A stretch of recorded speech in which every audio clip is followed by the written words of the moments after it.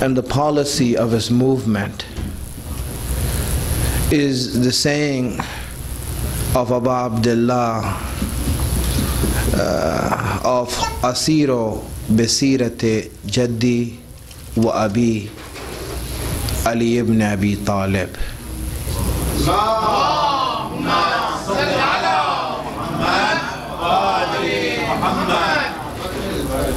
When you look at this statement of Imam Hussein, it outlines his strategy and the reason why he's rising up. And he says that إنما خرجت لطلب الإصلاح في أمة جدي.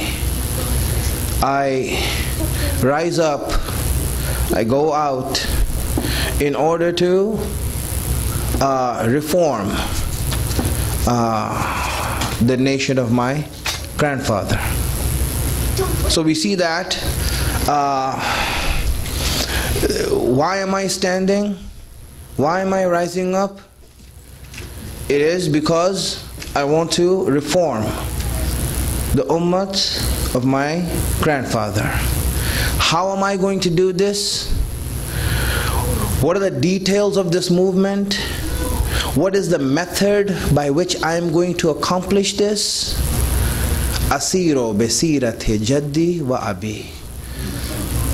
This is how I'm going to accomplish it. On the sirat of my grandfather. On the sirat of my father. Imam Hussein, not only is he telling us in this statement regarding the reason why he is standing up, but he's also explaining how he's going to do it. In what way is he going to do it? And this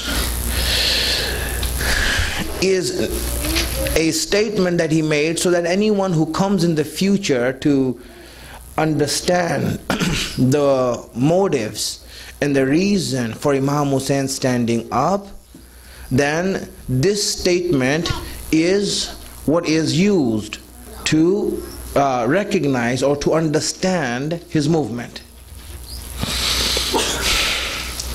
This is a clear statement of Imam Hussein. If we have to choose one statement that depicts his movement, then this is this hadith of Imam Hussein. If someone asks you, why did Imam Hussein rise up? What did Imam Hussein accomplish? What did he do? What was this all about? Then this statement of Imam Hussein is what the answer is. The statement of Imam Hussein is what the answer is. Asiro besirate jaddi wa abi. I am practicing, or I am journeying, or I am going on the path of my grandfather and father, meaning the sirat of the Prophet and his father. This is what I am going on. One of the things that is very clear in this hadith, what we learn from this hadith, is the subject of the sirat of the Prophet. And his lifestyle, his way of life. And this sirat that Imam Hussein is alluding to, and that he is making it the constitution of his movement and the nucleus of his movement. When you look at this Imam Hussein is alluding to this. He's saying that this is the reason why I'm standing up. This is the reason why I am going forward. To do what? To practice the sirat of my grandfather. This is what I'm doing this for. This is what I'm doing this for. So this sirat of the Prophet is something that I want to highlight here.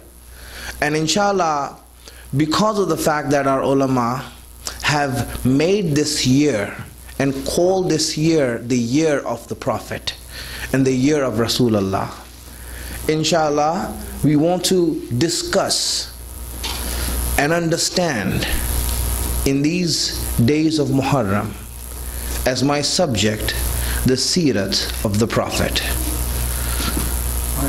We want to know Rasulullah. We want to know the Seerat of Rasulullah, which is the constitution of Imam Hussein's movement. Imam Hussein has made this his constitution. He said, this is why I'm moving, so that I can practice the Seerat of Rasulullah. And hence, for us, as we are here in these 10 days of Muharram, let's ask Imam Hussein, that these 10 days of Muharram, which is the greatest wealth that we have, which is the greatest treasure that we have in this world, these 10 days of Muharram that we have, the memory of Imam Hussein is the greatest treasure that we have, the greatest 10 days, the greatest wealth that we possess. So we want to utilize these 10 days, and we ask Imam Hussein, that every year we come to you, and this year you grab us by our arms, by our hands, and take us to your grandfather, to the understanding of your grandfather, to the understanding of your father, whom you have made the nucleus of your movement, of your stance. Salawat ala Muhammad wa ala Muhammad.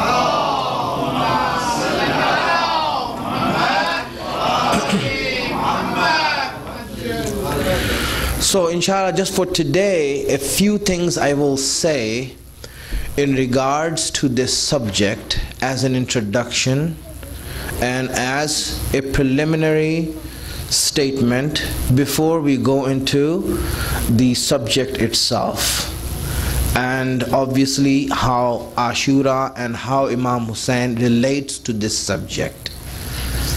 This is something that we, if we understand it, it is what brings out, it is what makes us truly understand not just the Prophet, but everything that has to do with Islam. First thing that I want to mention today is the fact that Imam Hussein mentioning this, that as a reason for his movement, as the reason why he's standing up, mentioning Asiro besirate jaddi wa abi, that I am practicing the Seerat of my grandfather, itself has a hidden meaning. Why is he mentioning this? For example, I say that, listen, I want to do Islah in the ummah of my grandfather. I want to do Amr bil Maruf and Nahi al Munkar. So everyone's like, okay, that's fine. And I want to practice the Seerat of my grandfather. You're like, okay, I mean, practice the Seerat of your grandfather, okay. You see, understand this, there's a hidden meaning why Imam Hussein is mentioning this. And that hidden meaning is that this is a subject, the Seerat of the Prophet, the Seerat of our messenger, this is a subject that was either ignored or forgotten in that society. See, it is a subject that was forgotten. It was ignored. It was left behind. That's why Imam Hussein mentioning this in his statement, in his manifesto, shows that he is mentioning a subject that people want to lay to the wayside. And let me give you another example from history that happened before Imam Hussein. When it comes to the Seerat of the Prophet. Before this happened, before the Seerat of the Prophet, before we see that Imam Hussein mentioned this in his manifesto, we see the same thing happen in the time of Omar. The second Khalifa Omar, when he was dying, and he established a council to choose the next Khalifa, there are 6 people in the council. Amongst them was Imam Ali alayhi salam.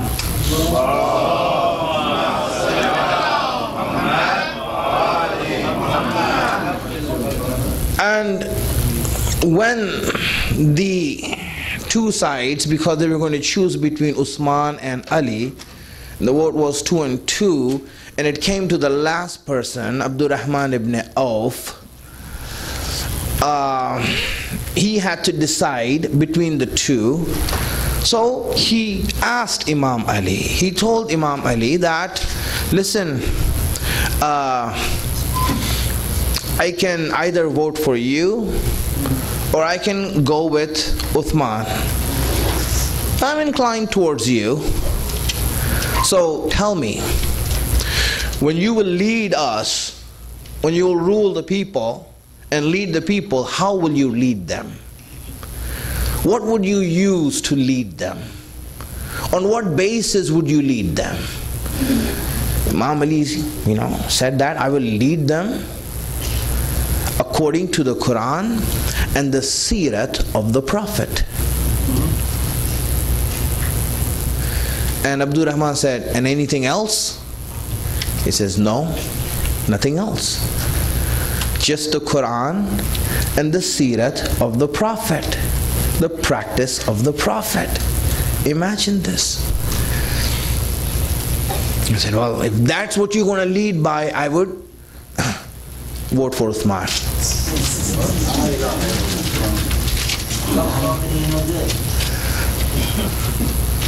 Obviously, Uthman said that I will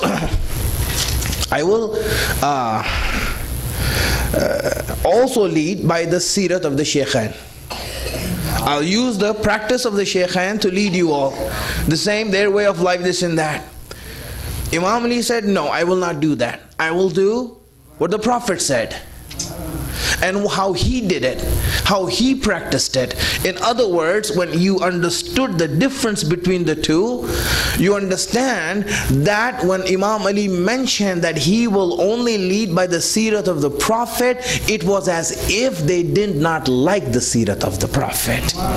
They did not want to be led by the Sirat of the Prophet. That's why they denied Imam Ali his right. They denied him that position, because you see, if you're going to lead by the Sirat of the Prophet, we don't want it from you. We would rather have the Sirat of the Shaykhain instead of the Sirat of the Prophet.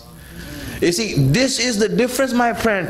That Sirat, Imam Ali raised it in order that it be known to everyone by him raising it that this is something that has been ignored by the Ummah.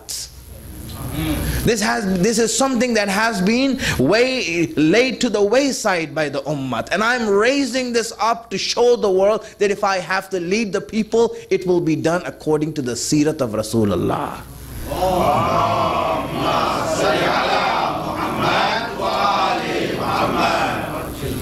When we look at it, my friends, we see that the Sirat of the Prophet now is being raised by Imam Hussein. Why? Because the society he's living in has forgotten it, has ignored it, has mixed it up, has contaminated it. Right? Because of the fact that they think that the Sirat of the Prophet is what? They contaminate. They did not want it. In fact, they showed animosity to it.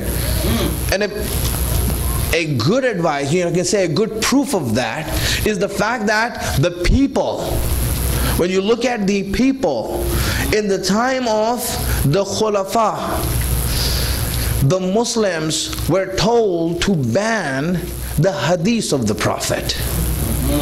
Hadith of the Prophet were banned. The Khulafa said you cannot say what the Prophet said. So if the hadith was banned, let alone the Sirat, how far away forgotten that was. In a city like Kufa, that was a city, a Muslim city. It was a Muslim city. A city like Kufa, a person like Abu Musa Ash'ari was installed there to make sure that no one reads the hadith of the Prophet. Abu Musa Ash'ari was in charge of that, to make sure that anyone who says Qala Rasulullah is branded as a criminal. Muslim city. You see, and this is a Muslim city. And now when you look at this Muslim city, that the hadith of the Prophet is banned, now when are you going to learn the seerat of the Prophet? How are you going to learn the seerat of the Prophet? My friends, this is what I'm mentioning right now.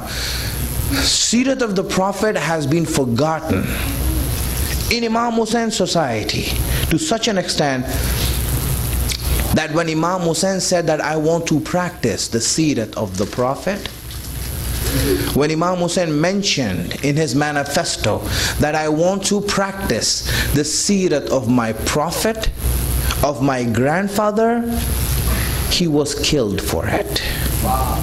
His companions were cut to pieces for it. His children were mutilated because of it.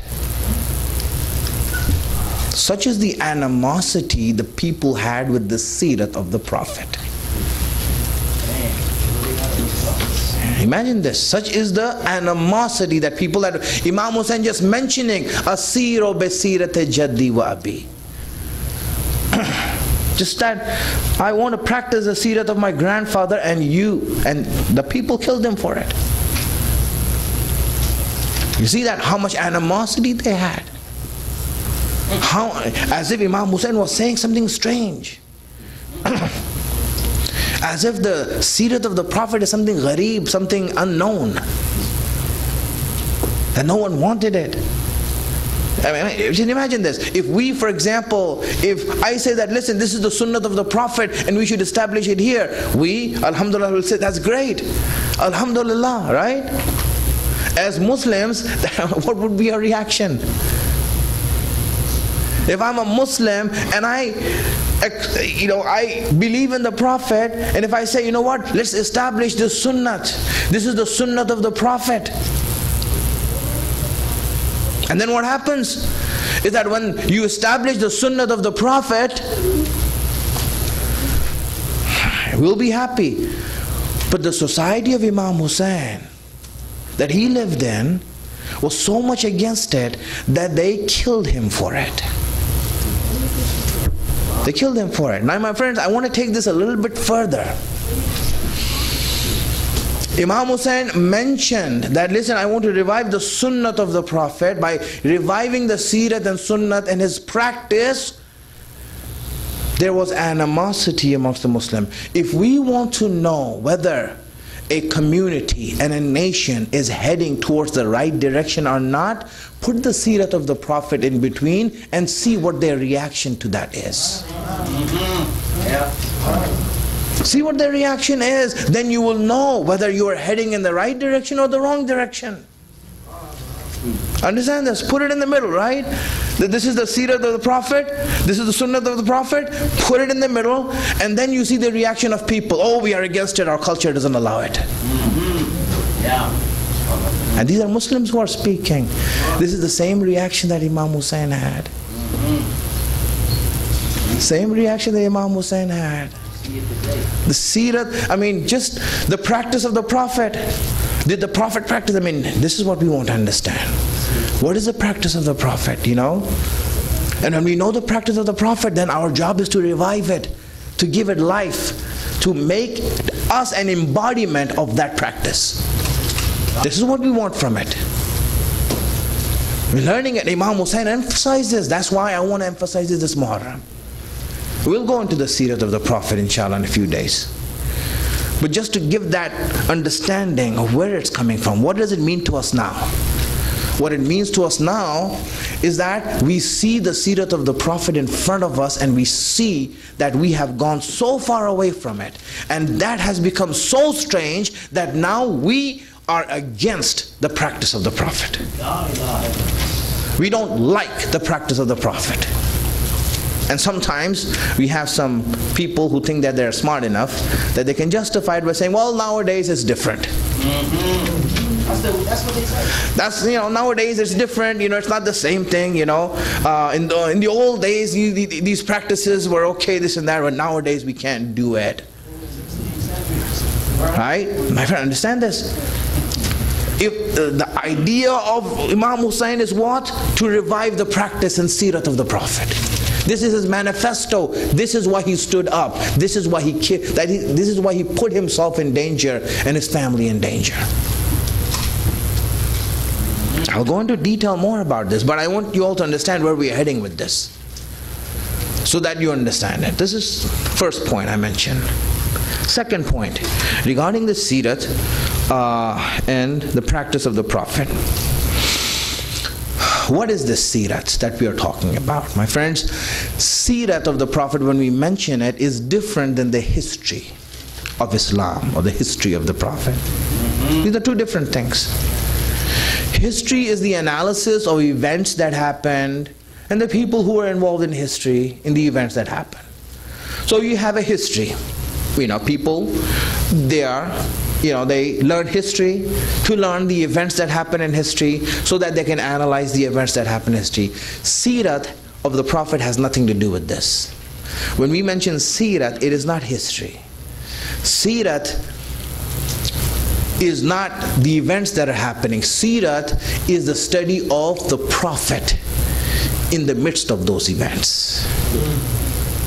You see, we don't care if a war happened, if a battle happened, if a wedding happened. He says, what did the Prophet do in the time of war? What did the Prophet do when there was a wedding? What did the Prophet do? What was his reaction? What was his practice?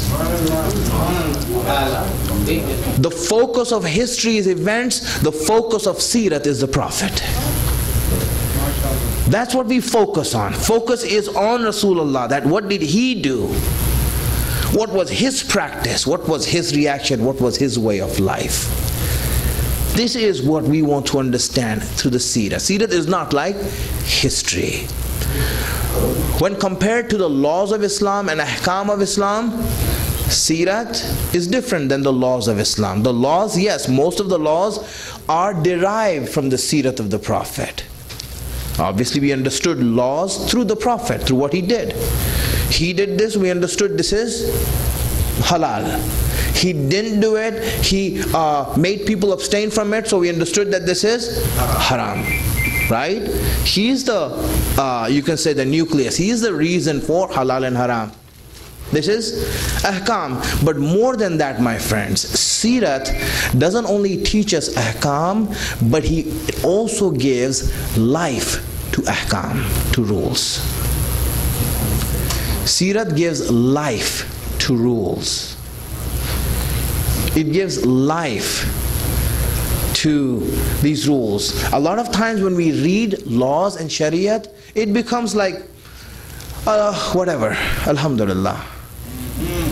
Right? But when we learn the laws and Shariat through the Seerah of the Prophet, then you see it is a different aspect. Then there's life in that Seerah.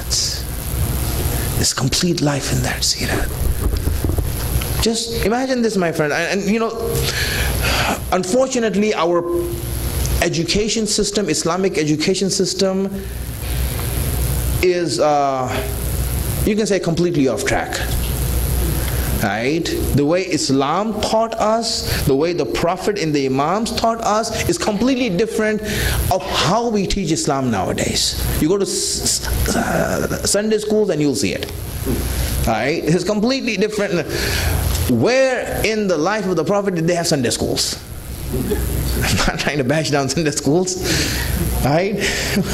Where in the Imam say, okay, let's have a school on Sunday or this and that. When was that ever an issue or emphasis? You know, the way we practice, the way we teach is completely different than how the Prophet and the Imams used to teach. You see, the emphasis that Allah has and Islam has is on the Seerah of the Prophet. He says, teach ahkam, teach akhlaq, teach all these things, teach history through the Seerah of the Prophet. Then you see that that lesson is not just a theory, it becomes a way of life for you. See that? Now, if I tell you, for example, pray, and this is how we also teach our children. We say pray to them. You know, now obviously when they look at pray, okay, you know, mom is asking me to pray, dad is asking me to pray, so I'll pray. Even our own selves, right? We learn ahkam. Inshallah, alhamdulillah, we pray. Now my friends, just let this. This is how you teach through the Sirat. When you tell a person and when you tell a child, and you teach him ruku, but you don't teach him that this is ruku, this is how you make ruku. Just tell him that, you know what, when Rasulullah used to make ruku, we wouldn't know when he would get up from ruku. Just the fact that you understand this, that you comprehend him in ruku, that he would love it so much that you wouldn't know when he would get up, he would just stay there. When he would go into sajda, he would go into sajda in such a way that you wouldn't know when he will get up. This is his sirat. Then you know what? You fall in love with sajda.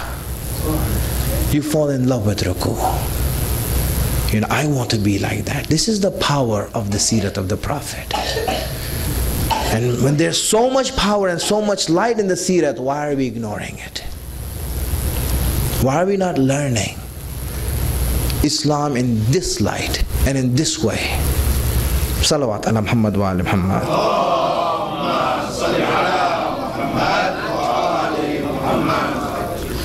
Sirat is that which gives life to our ahkam, to akhlaq, to history.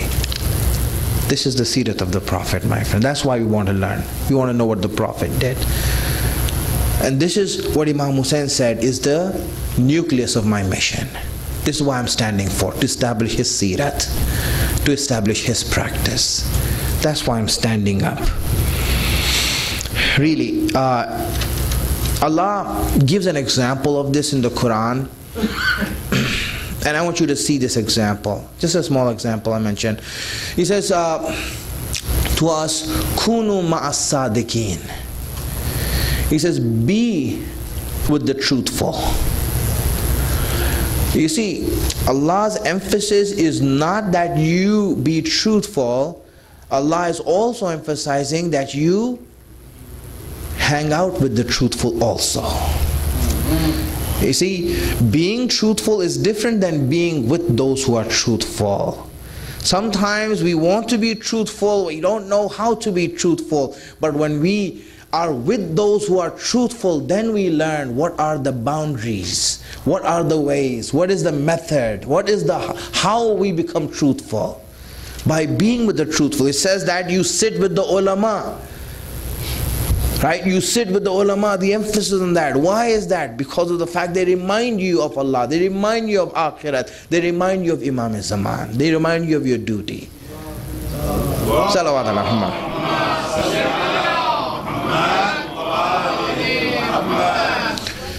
So my friends, just as an introduction I said I'll give you this. Sirats of the Prophet is that which gives us marifat and inspiration.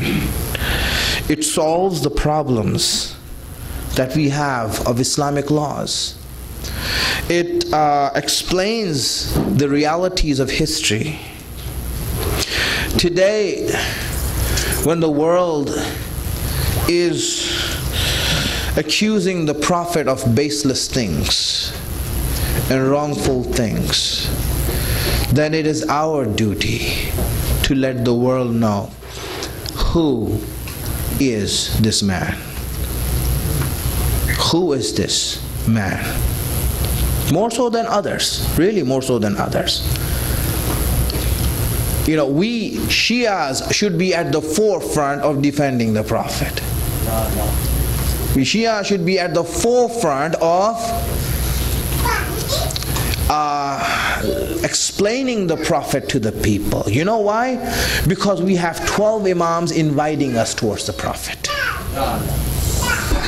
We have 12 Imams who are inviting us towards the Prophet. We have Imam Ali, who is the closest to the Prophet, who has won our hearts, and he is taking us to the Prophet. We should be the first ones to go to the Prophet. We have Hassan and Hussein, who are the beloved of the Prophet. Look at this. Should we be more inclined towards the Prophet than others? We should be the first ones to invite others towards the Prophet and say, look at this Prophet, look at this man, and know that this man is the secret of life and life within you. Yes, he's the one that is the inspiration. His sirat is that inspiration that we have. You know, everything in the Quran that is theory needs practice, and Allah has given that practical example in the Prophet. This is where it comes to. And this is the practice of the Prophet that truly affects us, my friends. Rasulullah's practice that truly affects us. I'll just give an example today. One small example of the sirat of Rasulullah and how we can decipher it, how we can learn from it. Just let me give you one example. And you see this. Abdullah ibn Abbas used to say, and he said, that the Prophet, whenever, in whatever situation he was in, he said, whether he was laughing, whether he was smiling, whether he was speaking, whether he was joyful, no matter what state he was in, whenever he laid his eyes on Hussein, he would start crying.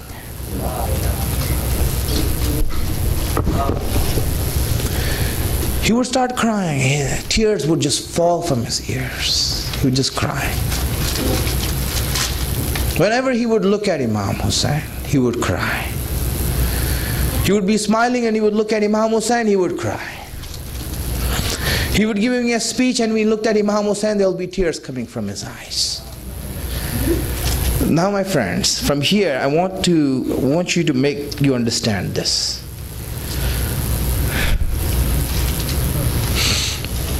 In whatever situation he was in, whenever he saw Imam Hussein, he would cry. Really, from this, what is he looking at? What is going through his mind? I mean, this is the Prophet of Islam. This is the Messenger of Allah. What is going through his mind that whenever he sees Imam Hussein, he cries? See this is something I want you to understand. And I don't have to mention to you the suffering of Fatima in Medina and how she had broken her ribs, and with those broken ribs she used to go and cry, and she used to mourn, and she used to suffer.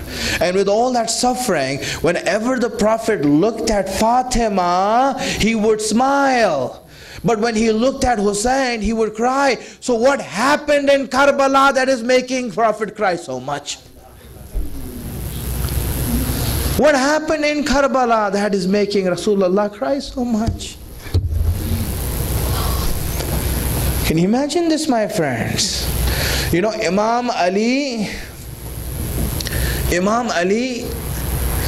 one time Rasulullah cried when he looked at him. It was in Shaban.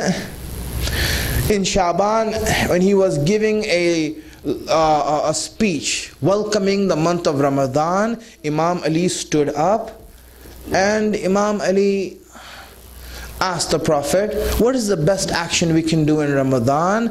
Rasulullah just looked at him and began to cry. He began to cry. And Imam Ali asked him, why are you crying, Rasulullah? Why are you crying? He said, Ali, my mind has gone to seeing your beard drenched with your blood. And I start crying. Only once did he cry for Imam Ali, but Imam Hussein, every time he saw him, he used to cry. What happened in Karbala that is making Rasulullah cry so much? No, I want you to understand this. I want you to understand what this means, my friends. Understand what this means. You see, after reading this sirat of Rasulullah, after I read this sirat of Rasulullah, And after all these years of doing the musibat of Hussein from the mimbar and doing the majlis of Imam Hussein from the mimbar, I finally understood that I really do not know what Karbala was. I don't know what Karbala is that's making Rasulullah cry every time. No books of Maqtal and history of Karbala can justify the suffering of Imam Hussein. No books of Maqtal can justify what Imam Hussein went through. Only by looking at the seerat of Rasulullah you can understand what Imam Hussein went through. You know, we see Rasulullah, he's not playing favorites. He doesn't play favorites. If there's anyone who's adil and just, it is Rasulullah. He is the meaning of adil. He doesn't differentiate between his grandson Hassan and Hussein. He doesn't differentiate between the two. Why would he do that? Do you think he would differentiate between them? Do you think that he would put the fadilat and merit of Imam Ali in front of Hussein and say that, Hussein, whenever I look at you, I cry for you? You think he would do that? No, he's not doing it. So the suffering that Ali went through is no less. The suffering that Fatima went through is no less. The suffering that Hassan went through is no less. But there's something about the suffering of Hussein that only Rasulullah can see. And because of that, he's crying for Hussein so much.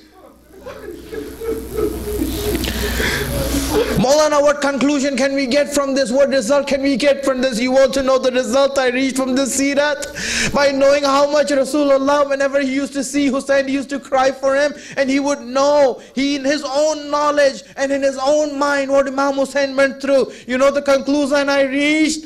Oh, peace and blessed be the heart of Zainab, who witnessed Imam Hussein go through the suffering. Our salam be on Zainab, who has seen Hussein go through this suffering.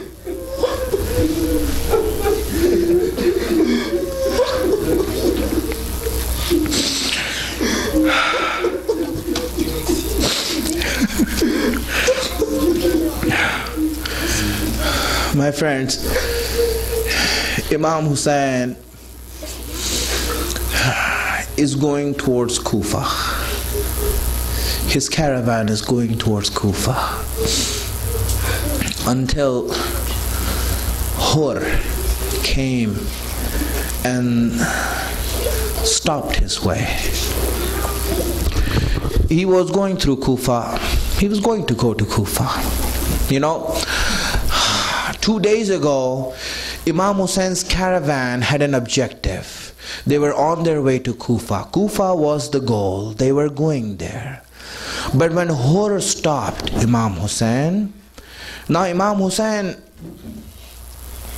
is not going to Kufa. You know, he now is stopped from going there. They wouldn't let him go there. They said, you know, the Kufans don't want you, do not come there. Kufans don't want you, do not come there. And when you see that, when you see Imam Hussein, this last 2 days of Imam Hussein and this night of Imam Hussein, tomorrow he will come to Karbala. Tomorrow he will come to Karbala. This night of Imam Hussein, this 2 days of Imam Hussein, when he was on his way to Kufa, but he was stopped from going there, and now he was trying to find a place to settle down. Where is he going to be? Where is he going to put his camp? Where is he going to encamp? These days, you know, these days are known in our books as the day, or what we call the Ruze Awaragi Hussein.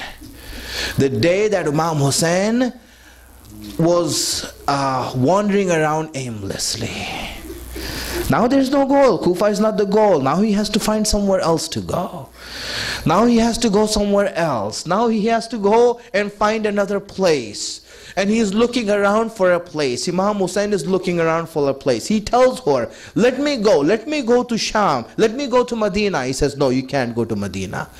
Let me go to Sham. He says, no, I will not allow you to go to Sham. Let me go to Kufa. I will not allow you to go to Kufa.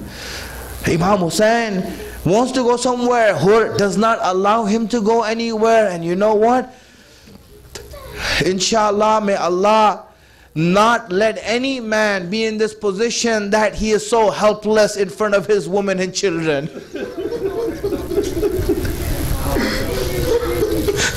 That he doesn't know where to go. They won't allow him to go. His women and children are looking up to him. He says, what can I do? My hands are tied. They won't allow me to go anywhere. What kind of situation Imam Hussein is in?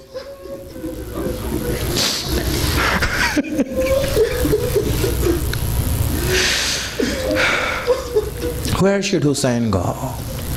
Where should Hussein go? He looked around. He looked around and saw a place. I saw a place. It was a good place. You know, it was a good place. It was named Karbala. It was named Shattul Furat. It was named Nainawa. Imam Hussein looked at that place and said, you know what? This is a good place for us. Why is it a good place for you? He says, because the water is so near that my family will be very close to water.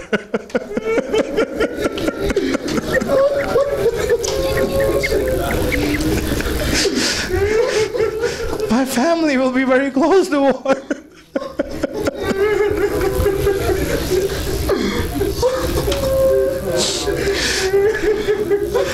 They said, Hussein, you know what? There's a small hill in between.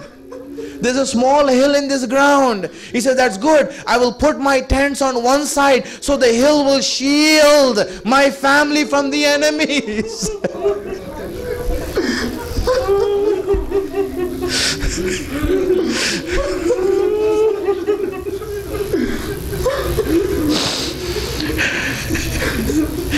La ilaha illallah, la ilaha illallah. May Allah give you the ajr, the first of Muharram.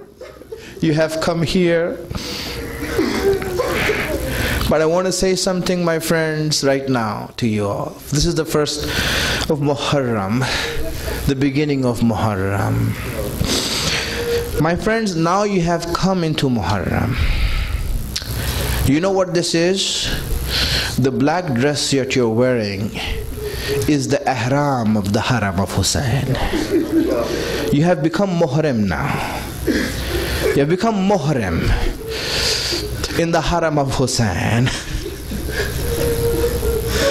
So at least from now on, there are certain things you should not say about yourself. And I will mention this to you. Do not say these things about yourself. Do not say that you are useless anymore. Do not say that you are worthless anymore. Do not say that you are sinful anymore. And don't think that you will be proud because of this. Don't think that you will be arrogant because of this. Trust me. Trust me, everyone who comes in front of Hussein, they are ashamed of themselves in front of Hussein. You know, you have become muhrim, you have wore the ihram of Hussein, of the haram of Hussein. You are of those who are fortunate. You are of those that you have been chosen. And I will say this to you so that you can mention this. You won't become arrogant. Don't worry. You won't become arrogant. You know why? Because after you cry for Hussein, after you shed tears for Hussein, you will go outside and you will drink a glass of water, and then you will be ashamed of the children of Hussein. Hussein, I'm sorry. I couldn't do more than this.